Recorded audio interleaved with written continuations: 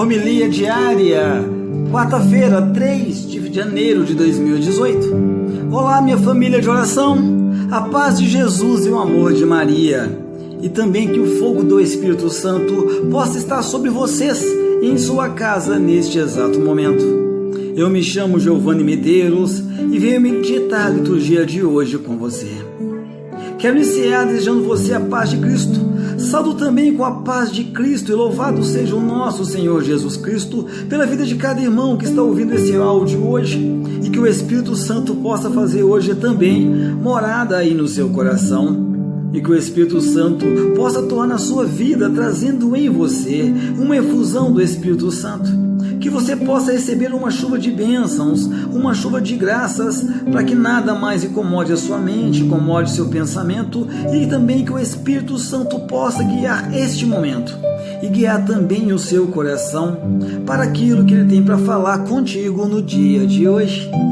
Convido você, meu irmão, você, minha irmã, a compartilhar comigo a homilia de hoje. A primeira leitura de hoje é de 1 João, pois ela define que Jesus é o modelo para todo cristão. Ele é o justo, aquele que não tem pecado, o obediente por excelência ao Pai. O cristão que vive na justiça também é filho de Deus e não comete pecado. O fiel é um homem novo, chamado a uma vida nova, é filho de Deus, nasceu de Deus. É chamado a, imitando a Cristo, identificar-se cada vez mais com o Pai e a viver em comunhão com Ele. Já o mundo que recusa Deus, aliando-se ao anticristo, despreza e não compreende Jesus, não ama os seus discípulos e atua contra a lei de Deus, pertence à esfera do maligno e opõe-se ao reino messiânico. Quem, pelo contrário, adere ao Senhor, que se fez pecado por nós, e é com certeza imune ao pecado, e obtém de Cristo a força para ultrapassar o mal e vencê-lo. Mas só pode fazer experiência do amor de Deus aquele que não comete pecado, aquele que pratica a justiça e se mantém puro, percorrendo o caminho percorrido por Cristo, o caminho da cruz. O evangelho de hoje é de João. João Batista, ele encontra-se com Jesus e dá o seu testemunho solene num contexto de revelação messiânica. Eis o Cordeiro de Deus, aquele que tira o pecado do mundo. É o homem de Deus que reconhece por primeiro a identidade de Jesus. Vê Jesus.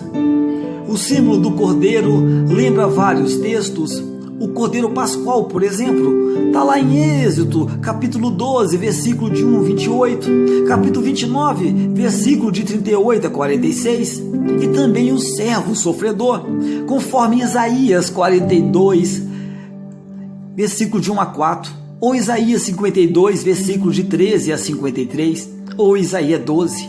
Pois Jesus é o Cordeiro, servo obediente ao Pai. É Ele que, pela sua paixão, morte e também ressurreição, Ele tira o pecado do mundo e lhe dá a vida. O próprio Batista vê o Espírito descer sobre o Messias. A imagem da pomba no ambiente judaico antigo indicava Israel. O Espírito que desce em forma de pomba anuncia o novo Israel de Deus, que começa com Jesus e é o fruto maduro da vinda do Espírito. Chegou a época da purificação e do verdadeiro conhecimento de Deus por meio do Espírito.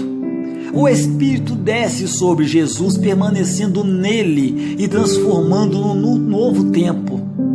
Fonte perene do Espírito no meio dos homens. É na teofânia do batismo que João reconhece o Messias, podendo agora dar testemunho de Jesus como Filho de Deus, aquele que batiza no Espírito e nos enche desse dom de salvação. Meditação. O testemunho de João Batista tem por objetivo suscitar a fé dos discípulos na pessoa de Jesus. João viu o Espírito permanecer sobre Jesus.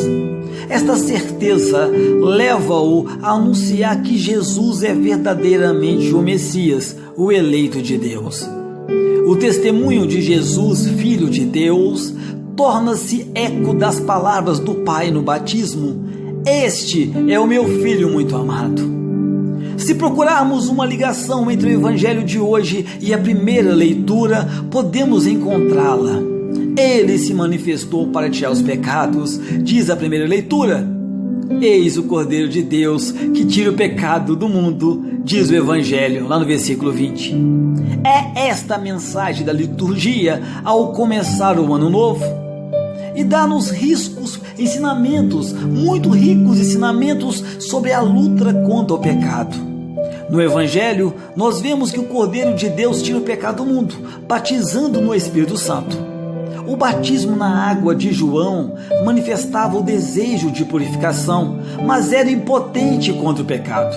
Apenas só o batismo no Espírito nos pode purificar, nos pode libertar do mal. E Jesus deu-nos o batismo no Espírito por meio da sua morte e também ressurreição. Diz na primeira carta de João que, tendo sido libertados do pecado, havemos de viver na pureza, a realizar a justiça. Tendo sido purificados gratuitamente, havemos de viver como puros. A exigência é precedida pelo dom, porque Deus nos amou e nos transformou, não podemos pactuar com o pecado. Mais ainda, este maravilhoso dom de Deus há de se desenvolver se agora já somos filhos de Deus, mas não se manifestou ainda o que havemos de ser. O que sabemos é que quando Ele se manifestar, nós seremos semelhantes a Ele, porque o veremos tal como Ele é. O batismo do Espírito inclui uma vida. É pela esperança que nos tornamos puros como Cristo. Todo que tem esta esperança em Deus torna-se puro para ser como Ele que é puro. Por graça especial do carisma de Deus, nós somos chamados na igreja a procurar, a realizar como único necessário uma vida de união a Cristo. Por causa da nossa participação em Cristo e com Cristo, na nossa obra reparadora em favor dos homens, deveria poder dizer de cada um de nós que o João Batista disse de Jesus: eis o Cordeiro de Deus, aquele que tira o pecado do mundo. Deste modo, viveremos a nossa vida reparadora por meio da santidade da nossa vida e por meio do nosso apostolado, realizar-se a nossa missão segundo o coração de Jesus. Oração. Ó Senhor, nós te glorificamos, nós te bendizemos. Ao enviar-nos o teu Filho como Salvador, tornastes possível a nossa libertação do pecado e da morte e estabelecestes a nossa comunhão contigo. Você fizestes descer o teu Espírito sobre Jesus para que pudesse iniciar a sua missão no mundo e tirar todos os nossos pecados. Ó Pai, dá-nos a graça de compreendermos cada vez mais o imenso dom do nosso batismo, em que nos tornamos teus filhos. Dai-nos força para empreendermos um caminho espiritual que nos torne adultos na fé, generosos no amor e testemunhas do teu Evangelho no meio daqueles que ainda não acolheram o dom da salvação. Que todos, mesmo aqueles que se proclamam ateus ou indiferentes, sejam sacudidos na sua aparente tranquilidade, reconheçam em Jesus o verdadeiro sentido para a vida e experimentem a tua ternura de Pai. Amém. Contemplação. Há duas coisas a considerar no batismo de nosso Senhor: a purificação e a descida do Espírito Santo sob a forma de uma pomba. Primeiro, a purificação foi para o nosso Senhor um ato de humildade profunda, a qual Ele se submeteu para nos dar o exemplo, para nos merecer graças de pureza. O nosso Senhor não tinha necessidade de purificação, mas quanto a nós, é uma necessidade muito urgente. Aquele que trabalha pela salvação das almas deve, primeiro, não ter nenhum pecado mortal na consciência. Segundo, não ter o hábito de nenhum pecado venial. E terceiro, ter uma grande pureza de intenção. Sem essas condições, o mistério não leva nenhum fruto sério às almas. Ora, qual será o Jordão onde nós podemos receber o batismo senão o Sagrado Coração de Jesus? Pela contemplação habitual do Sagrado Coração, nós impedimos em nós o reino do pecado mortal, nós destruímos as raízes do pecado venial, e como nós vemos em toda a parte e sempre o Sagrado Coração, as nossas intenções serão necessariamente puras. Segundo, o Espírito Santo, depois do batismo do nosso Senhor, desce sobre ele em forma de pomba. E o Pai Eterno faz escutar essas palavras: Eis o meu Filho bem-amado, no qual pus as minhas complacências. Se nós queremos santificar o nosso ministério, não basta que nós tenhamos a consciência pura. É preciso que o Espírito Santo desça em nós. É preciso que o Espírito do coração de Jesus se torne no nosso. Revestir-nos de Jesus Cristo, isto é, produzir a sua vida, as suas intenções, o seu zelo. O espírito apostólico é um espírito de zelo unido a uma grande doçura e a uma humanidade profunda. A pomba é um símbolo dessas virtudes.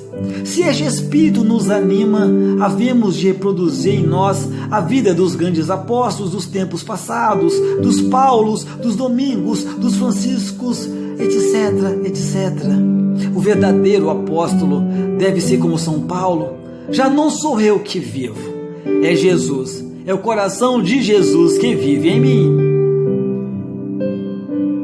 Meu irmão, minha irmã, vamos repetir frequentemente e viver hoje a palavra: Cordeiro de Deus, que tirais o pecado do mundo, tende piedade de nós. Repito: Cordeiro de Deus, que tirais o pecado do mundo, tende piedade de nós. Salve e paz, e que Deus te abençoe. E meu amado e minha amada, nunca, jamais se esqueça: Deus ama muito, muito, muitíssimo você. Tome posse.